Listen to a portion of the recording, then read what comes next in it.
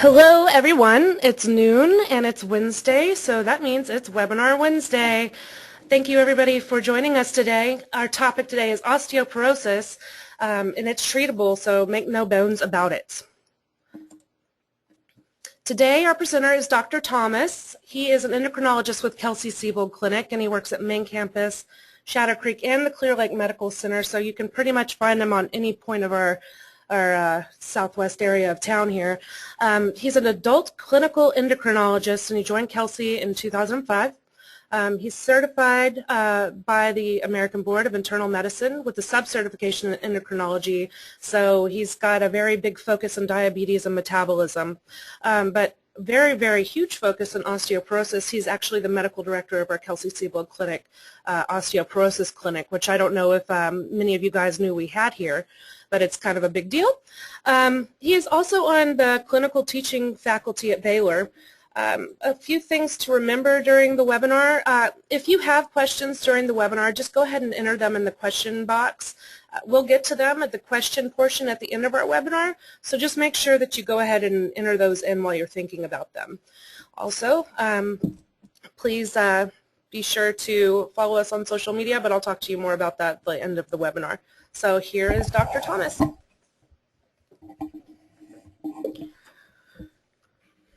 Good afternoon, everyone. Thanks for joining us this afternoon to spend a few minutes of your time giving you an overview and update on this disease state that we call osteoporosis. I'm excited to spend a few minutes with you in this area. It is an area that I love, and also it's an area that's been changing quite a bit, especially since 2010, when some new guidelines came up in regard to the diagnosis, who to treat, and the treatment options that have been coming up with osteoporosis. I'd like to try to spend about 20 minutes speaking about osteoporosis, what it is, who is at higher risk for it, who to screen, how to treat it, and even in regard to supplementation with vitamin D and calcium, how much to use, how much not to use, and going over some other updates in the area of osteoporosis. So please pay attention for the next few minutes, and we'll have about 10 minutes of question and answer time. So anyone that has any concerns or questions in regard to what we're talking about, please feel free to ask. So in regard to osteoporosis, really, what is it is obviously an important question. And osteoporosis really comes from the idea that the bone in osteoporotic patients is really porous or fairly weak in a sense. It's really defined as a disease of the skeletal system characterized by low bone mass and deterioration of bone architecture and bone tissue that predisposes an individual to an increased risk for fractures. It's fractures mainly of the wrist, hip, and spine. The reason why we say these three areas, they're the most commonly fractured areas. Number one, with the spine, and secondly, with the hip and the wrist. With the hip, it tends to cause more mortality and more hospitalizations and more disability for people. Wrist fractures are quite frequent with falls onto an outstretched wrist, and spine fractures tend to be spontaneous and not usually associated with trauma, even though they can be. But osteoporosis does increase risk for bone fractures in these three areas, and it tends to result from just aging, particularly in the postmenopausal woman, in testosterone deficient male, and steroid treated patients for other medical problems, and it results in a lot of changes in bone turnover. Important question really would be, why should we even be concerned or care about this medical problem? And the question has been asked about why we should bother, because it tends to be a painless disease. In the majority of individuals with osteoporosis, it tends to be painless unless individuals have severe osteoporosis where they've had a prior fracture or a lot of sort of bowing of the back that can cause some symptoms with pain as well. But the reason why we should care is, first of all, it affects a lot of people. In the order of about 44 million Americans over the age of 50 tend to be affected by osteoporosis or osteopenia. Now, out of this 44 million, 10 million have this diagnosis of osteoporosis, which is really a diagnosis of severity.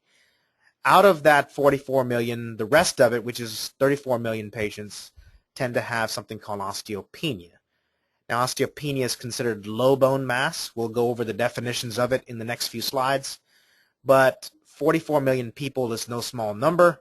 A large proportion of the American public that are living long these days are affected by osteopenia or osteoporosis. More importantly, though, out of this 44 million Americans, about 1.5 million of these individuals fracture in a year. And these fractures are attributed to osteoporosis, 20% of these fractures being hip fractures that tend to disable these individuals. A lot of them end up being hospitalized for it, being disabled from it, and then requiring surgery and several other complications from these fractures. About 1 of every 2 Caucasian women will experience an osteoporotic fracture in their lifetime. And Asian women tend to also be high risk for fractures in this age group. In addition, 15 to 20% risk of death is there following a hip fracture. Hip fractures tend to be, like I was saying, quite more complications associated with it, and even some mortality, meaning death from hip fractures can occur, a lot of times associated with the disability occurring with them, and also blood clots associated with surgery and repairing of a hip fracture and such things. Some of the treatments that we'll talk about in a little bit have been actually shown to reduce the risk of death with hip fractures. Some of them have. 25% of these hip fractures in patients require long-term nursing home care, and about 40% of them fully regain their pre-fracture level of independence. As you'll hear several times in the next several slides, age tends to be an independent risk factor for fractures. So as you would figure, by the age of 90, 44% of women have had a hip fracture. 44% of women, large percentage, and 17% of men. After a vertebral fracture, which tends to be a fracture of the back, it can be of the upper or lower back. The upper back is called the thoracic spine, and the lower back is called the lumbar spine. After a vertebral fracture, 90% of patients tend to have long-term pain, not just at the time of the fracture when the pain tends to be really severe.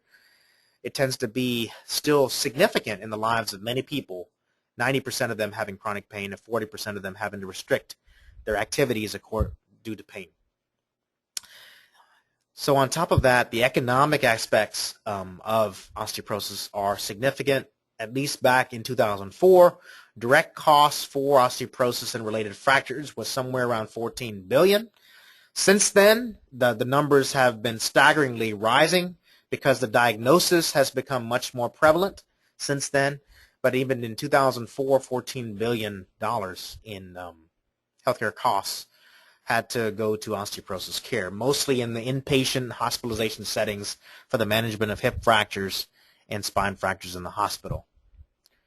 And as people live longer, the number of Americans over the age of 65 is steadily increasing. Healthier people living longer lives, the incidence of osteoporosis and even fractures will go up.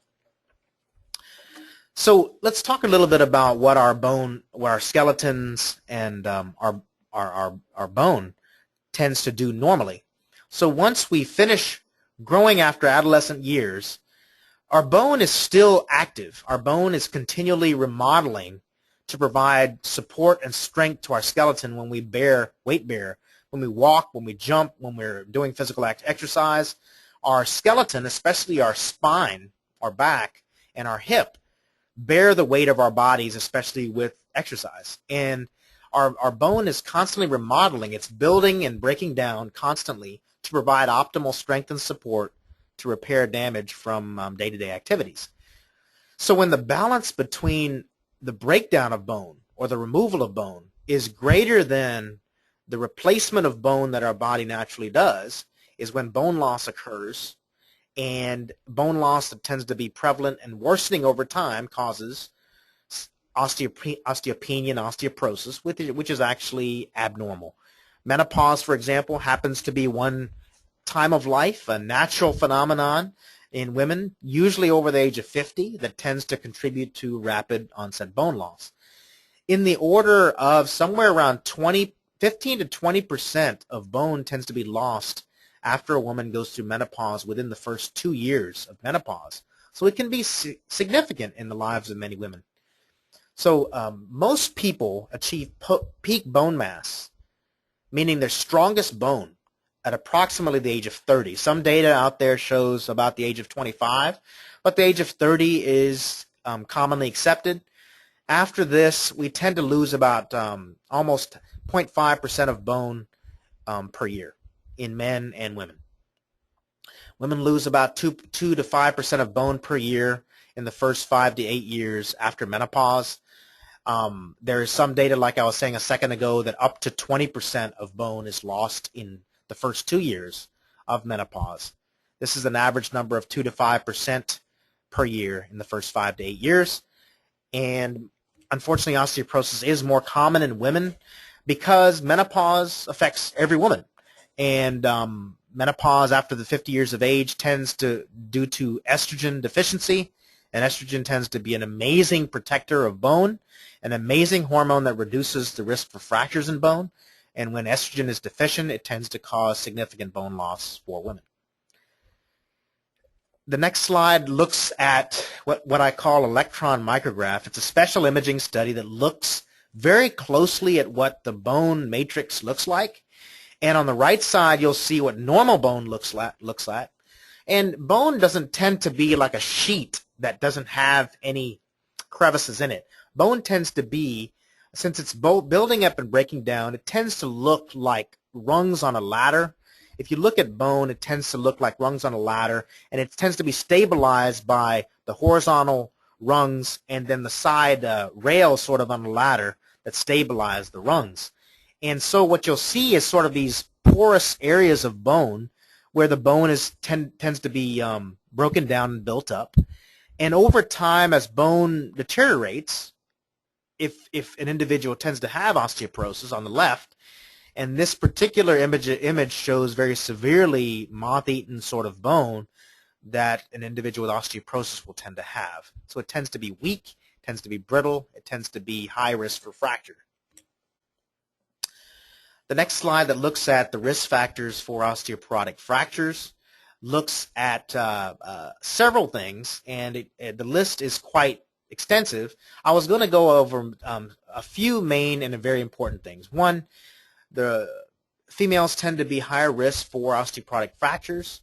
If an individual has had a personal fracture, history of a fracture in the back, in the wrist, or in the hip, or a family history of a hip fracture, tends to lend itself to a higher risk for a fracture for that individual in the future. Age, particularly over the age of 60.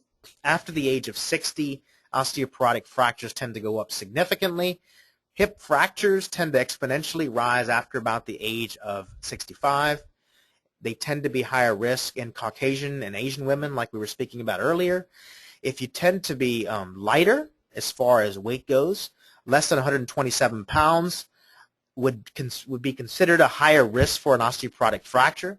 And women that have been through early premature menopause or early menopause, what I would call as even below the age of 40, which I'd change a little bit from what the slide is showing. Premature menopause is actually below the age of about 40.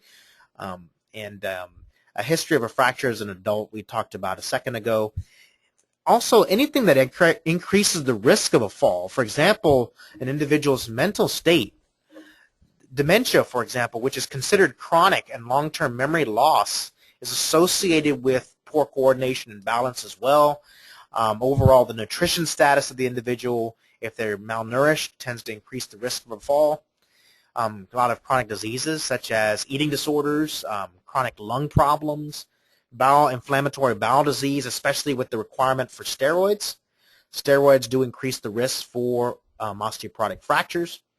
High caffeine intake, smoking, as well as sedentariness, not very active in your lifestyle habits, tends to also increase risk for fractures. In regard to excess alcohol is considered 3 or more drinks a day. Less than that has not been shown or proven to increase the risk for fractures. So there are some medications, though, that are significantly associated with osteoporotic fractures, which include steroids like prednisone or hydrocortisone, especially the long-term use of steroids, which is considered more than 3 months of more than 5 milligrams of prednisone a day. Anticonvulsants, which are seizure medications like phenytoin or dilantin, tend to be higher risk for osteoporotic fractures.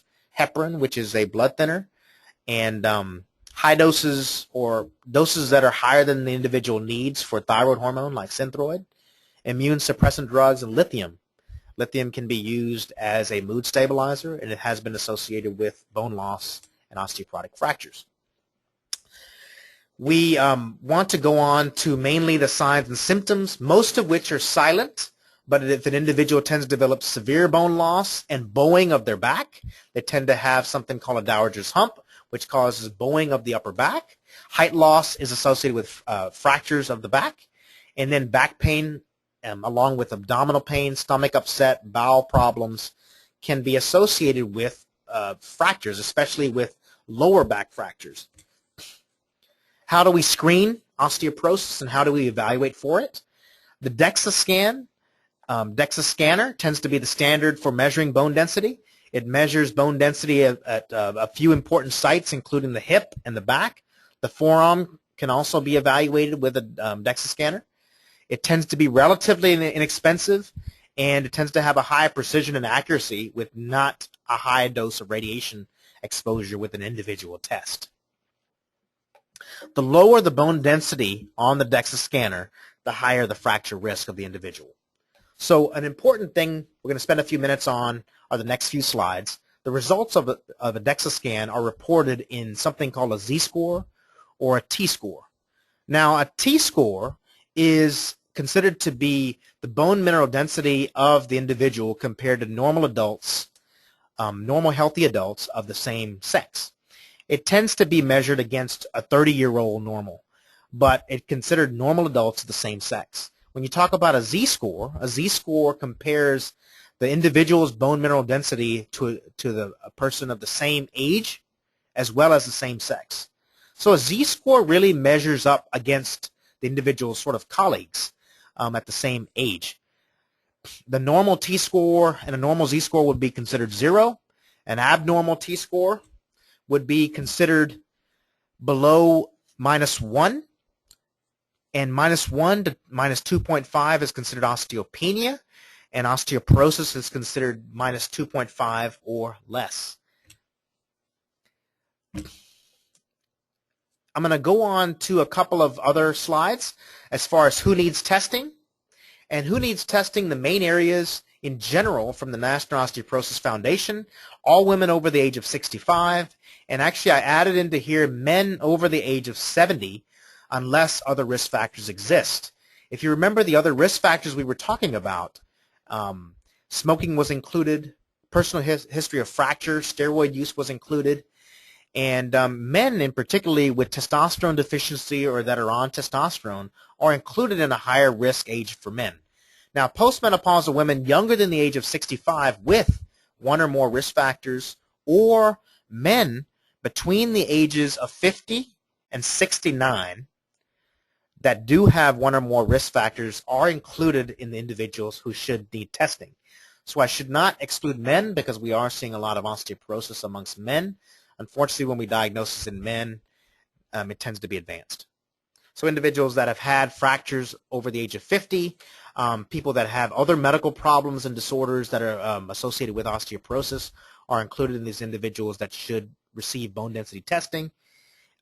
Subsequent screening, if an individual has been normal, should not be done within a 2-year period of time as far as recommendations.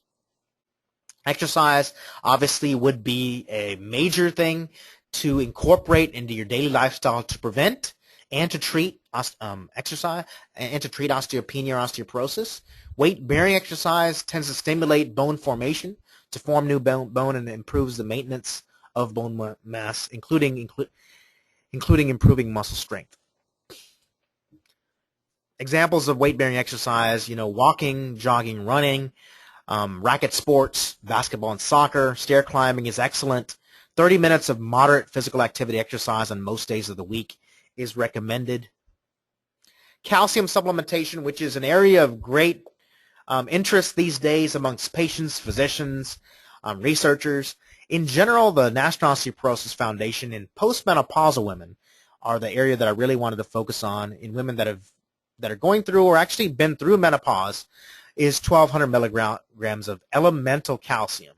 Elemental calcium means the amount of calcium, true calcium in the pill that you're taking, not just the amount that's written on the bottle, but the amount of calcium actually in that pill. In pregnant and lactating women would be somewhere in the order of 12 to 1,500 milligrams of calcium actually a day in pregnant and lactating women. Calcium can really only be absorbed in approximately 500 milligrams at a time, and for example, with each meal. Oyster shell calcium tends to be a commonly used calcium supplement, along with calcium citrate or Citracal tends to be a very effective calcium supplement as well. Sources of calcium tend to be in dairy products, green leafy vegetables, fish, and orange juice, as well as cereals.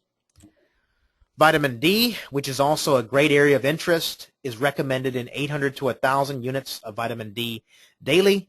Sources of vitamin D are with eggs, fish oil, and salmon. Goals as far as prevention and treatment are to reduce long-term fracture rates and to help prevent recurrent fractures, as well as to prevent osteoporosis and bone loss. When lifestyle management strategies and calcium and vitamin D supplemental strategies have not worked and bone is continuing to deteriorate, there are several treatments available to us on the market. Bisphosphonates, which tend to be the treatments that have been available for many years, several decades now. Actonel, Fosamax, and Beniva are the most commonly used bisphosphonates, and actually the mainly of FDA-approved bisphosphonates. They are available in tablets. The other class of pill treatment option is called Avista, which is called a selective estrogen receptor modulator. It works like estrogen on bone, even though it's not estrogen. It does reduce the risk of breast cancer in individuals that have a high risk for breast cancer, as well as treats osteopenia and osteoporosis. Calcitonin, which is also known as miacalcin or Fortical, has been used for many years, even though it really is only effective for approximately 2 years for spine osteoporosis. Estrogen is still available, obviously, but it's doesn't tend to be used for the treatment of osteoporosis, but it tends to be used mostly for postmenopausal women for hot flashes. Parathyroid hormone is a very effective treatment strategy for patients that have failed bisphosphonate Avista treatment to date. Even IV bisphosphonates like Reclast and Beniva are available for individuals for treatment for individuals that have not tolerated oral medications. Reclast is an IV formulation of a bisphosphonate that's given once a year, and Beniva is an IV bisphosphonate that's given once every quarter. Now, parathyroid hormone, going back to it, the name of it is actually called Forteo. And Forteo is an injectable medication. It's a self-injectable medication that has to be taught in the clinic, that's taken daily. It's a 2-year treatment course that's reserved for treatment failures or individuals that have not tolerated the previous treatment strategies and are not treated because of that. There is one fairly new treatment option in osteoporosis called Prolia. Now, Prolia is a subcutaneous injection which is given in the clinic. At Kelsey-Seybold Clinic, it's given in the infusion therapy department. We bring the patients in, and we give them the medicine. It's a once every 6-month treatment option for only osteoporosis. Now, Forteo and Prolia are only approved for the treatment of osteoporosis and not osteopenia, although the oral bisphosphonates, along with the Avista, are approved for the treatment of osteopenia as well as osteoporosis. Treatment follow-up to monitor response to treatment is very important. It requires a bone density scan. The general recommendations are 2 years after the treatment is initiated is best time to evaluate the bone density. Some of us actually do use bone densities 1 year after treatment is initiated, and then every 2 years after a maintenance strategies proven to work. If there's not an observable increase in bone density, there's not necessarily been treatment failure. If the bone is stable, that is a good sign still. But if the bone is worsening, if the T-score or even the Z-score is worsening at greater than 4% on the follow-up bone density, we need to reevaluate treatment, reevaluate for any other medical problems that have occurred in the meantime causing bone loss, and reevaluate dosing and other causes that are bringing that about. As far as fracture prevention and fall prevention, we do want to reduce the risk for falls as the individuals increase with age. So managing their vision and making sure visual impairment is evaluated and treated appropriately, along with being aware of medical problems and medications that can cause fainting, muscle weakness, dizziness, balance problems, and coordination are important. Use of handrails at homes, in and around homes, are important to keep patients stable and preventing falls. So in regard to ensuring adequate calcium and vitamin D consumption is important in preventing osteoporosis. Regular weight-bearing exercise and muscle strengthening exercises to help prevent fractures and reduce falls are important. Lifestyle changes such as stopping smoking, moderating alcohol intake, caffeine, and fall prevention strategies are vital in managing and preventing osteoporosis. We have gone a little bit over time having to cover these areas, but I do want to leave actually at least 5 minutes extra for questions. It's a little after 12:25 now, so if you have any questions, please bring them up.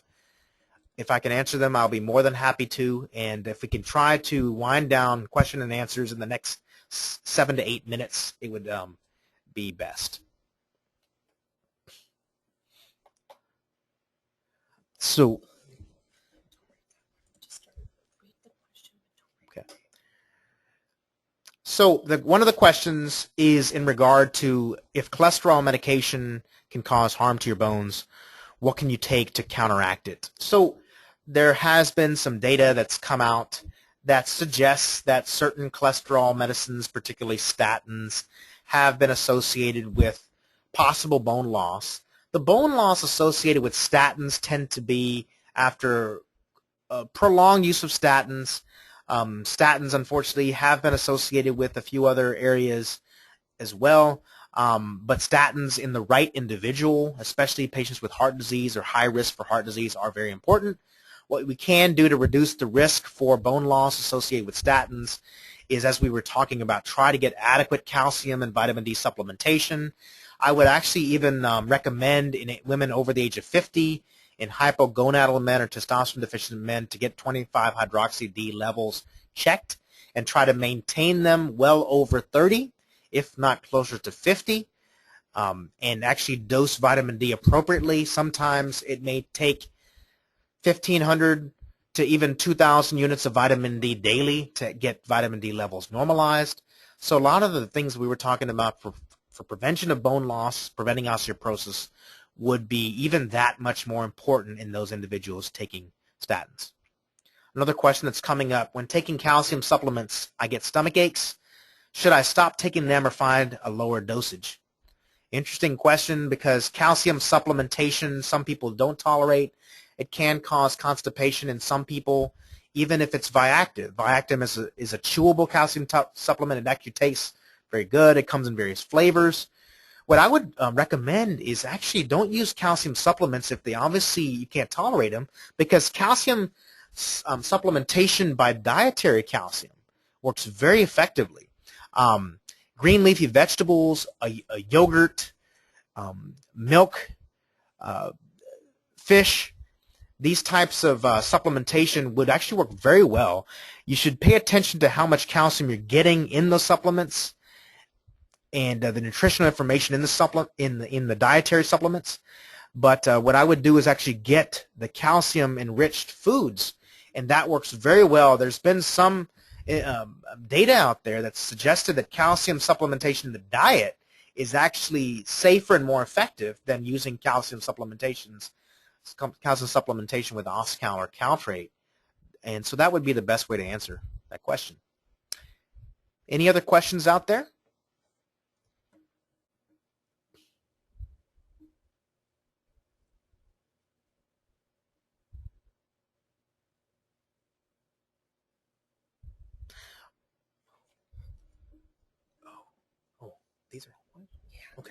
Okay, let me address how many years should women take Actonel?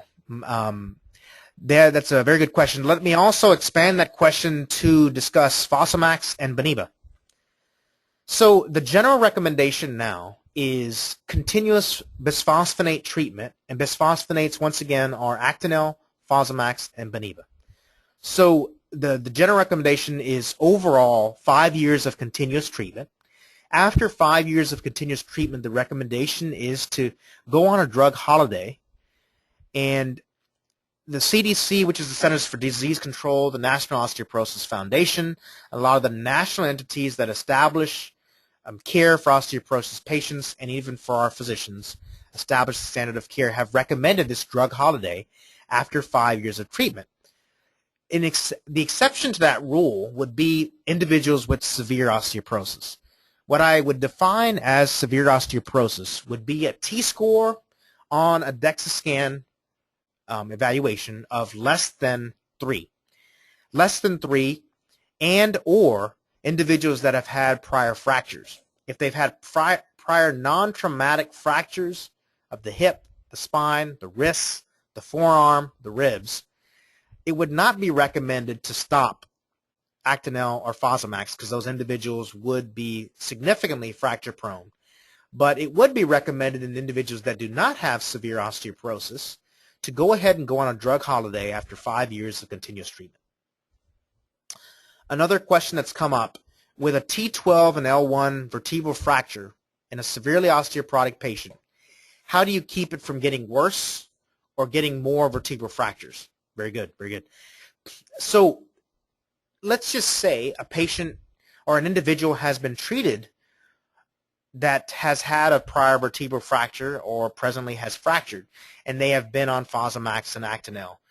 If an individual has been on Fosamax or Actonel and has had a fracture on treatment, I would consider that a failure of treatment.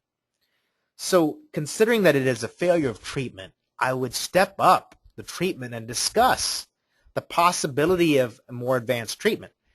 For example, in some individuals, it may be appropriate to advance treatment from bisphosphonates to Forteo. Forteo is a bone-building drug. It is safe in the majority of patients. It should be evaluated in the clinic when you see your physician, or even in the osteoporosis clinic. If your physician refers you to the osteoporosis clinic, if a Forteo should be used. Forteo does work very effectively in individuals that are fractured previously. In addition to that, if an individual has fractured on treatment, to evaluate if they've tolerated the previous treatment or if they're taking the medications regularly. If someone has had a vertebral fracture, there are surgical treatments available to repair the fracture. If there is severe disabling pain associated with the fracture, the surgical treatments, which are called kyphoplasty or vertebroplasty, are actually involving injection of cement, sort of a cement-like substance, into the fracture area to expand the the fracture and to repair the fracture. But that is only reserved for a small subset of patients. Going on to another question. The question is, won't vitamin D ingested with calcium help prevent onset of osteoporosis? And yes, in the majority of patients, adequate vitamin D and with calcium supplementation can help prevent the onset of osteopenia and osteoporosis. The problem is there's a lot of individuals that have a genetic predisposition to rapid bone loss or genetic predisposition to severe bone loss after menopause, particularly, that vitamin D and calcium supplementation in most of these individuals is not adequate. And that's when treatments that are prescribed have to be brought into the equation. Another question that I wanted to go to that is very important. Once someone has severe osteoporosis, is this condition reversible? The likelihood of reversing severe osteoporosis is not good. As far as completely normalizing an individual's bone when they've had severe osteoporosis, defined by a T-score below -3, or an individual that has had multiple prior fractures, the likelihood of reversing it is not likely, but there are exceptions. including in our clinic. There's an individual that I saw recently in clinic that had severe osteoporosis when we saw her. After the treatment regimen we had prescribed for her, subsequent bone density evaluations were done, and interestingly enough, the osteoporosis was able to be reversed in that individual with very aggressive treatment, but that would not be the common scenario. That would be more unlikely. Let me go on to the question of how often should a postmenopausal woman, age 52, with a history of a foot fracture or foot surgery and be tested. I would still actually recommend the evaluation of a foot fracture. Now, a foot fracture, a hand fracture, or a facial fracture are not considered to be osteoporotic fractures. Osteoporotic fractures are considered fractures of the spine, the hip, the wrists, the ribs, the forearm. The extremities and the face are not considered to be osteoporotic fractures. I would recommend DEXA scans to be done at the age of 65 or above if the individual doesn't have significant risk factors for osteoporosis. If they do have significant risk factors for osteoporosis, once they go through menopause, for example, this postmenopausal woman at 52, a baseline DEXA scan should be done. And I tend to wait even 5 years for a follow-up DEXA scan if the initial bone density evaluation is normal. So another question is about if you divide the calcium supplementation into 3 times 3 doses daily, 500 milligrams, you can take it with meals, and you can take the vitamin D with the calcium supplementation. It will not interfere with the absorption of the vitamin D. We are running out of time. Let me catch maybe 2 more questions here. Let me see here.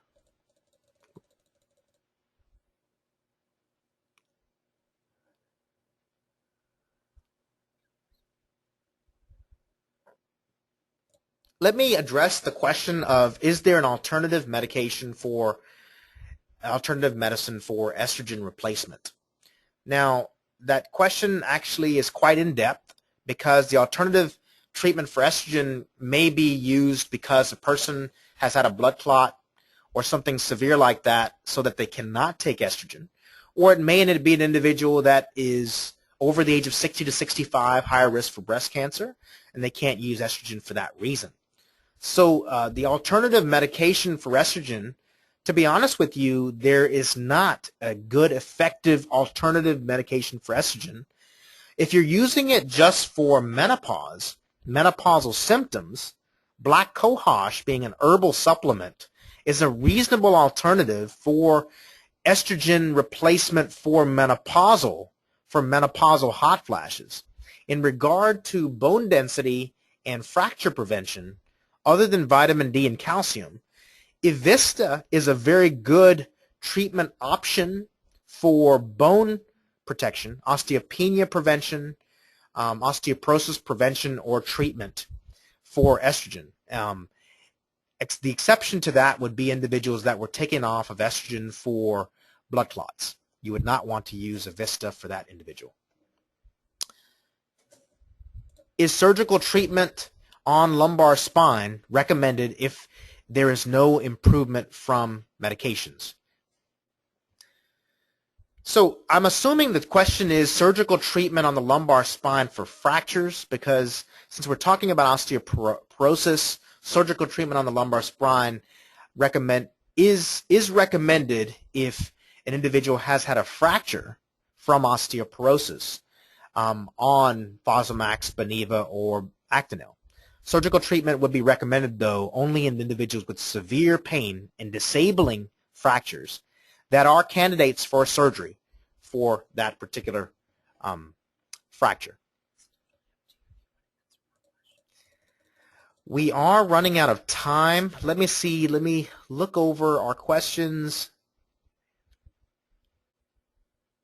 Treatment side effects. I think that's a very good question to address. Treatment side effects of Actonel, Beniva, or Fosamax, the most common side effects are with heartburn, Heartburn tends to not be that common, somewhere in the order of about 10 to 15% of individuals that are on Fosamax, Actonel, Boniva that have actually heartburn baseline may have some worsening heartburn. In those individuals, Pepcid, over-the-counter medications for heartburn work very effectively. Individuals that have had a previous ulcer or major and severe heartburn that's worsening with Actonel or Fosamax treatment may need to consider IV bisphosphonates like Reclass or Boniva if their treatment needs to be continued. The other side effects of Actonel and Fosamax include some joint pain that has occurred fairly rarely, but joint pain is not that uncommon with Fosamax and Actonel. There are some other very rare disorders like osteonecrosis of the jaw that have been reported that are somewhere in the order of 1 in 350,000 individuals, but it is reported. Those are the main treatment side effects with those medications.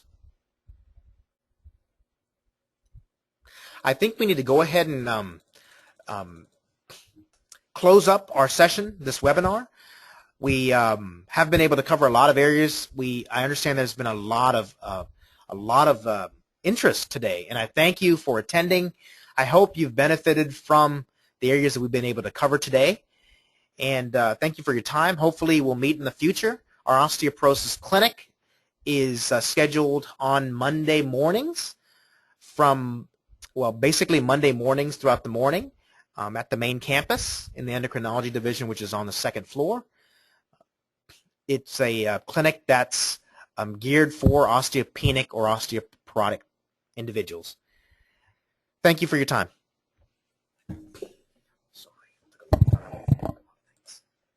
Thank you so much, Dr. Thomas, for joining us today. That was super informative, and I'm sure everybody got a lot out of that. I just wanted to let everybody know about something that we're doing in the pediatrics department, and it's called Kelsey-Bear. If you've ever heard of or seen Kelsey-Bear at some of our events, well, now he has his own blog, and he's teaching kids how to eat healthy, some cool exercises. The Kelsey-Bear Challenge is going on for 15 weeks, and it's got a lot of cool stuff. Stay tuned for contests and giveaways. You can check them out at kelseybear.com. Also, please feel free to join us for our next webinar. You can go ahead and sign up now at kelsey-seybold.com/webinars. It's with Dr. Kyra. He's our OB-GYN. He's one of our OB-GYNs in Fort Bend, and he'll be presenting what's up down there, female parts, when they work and when they don't. And you can go ahead and sign up now again. So thank you very much, everybody, for joining us today, and hopefully we'll see you next month.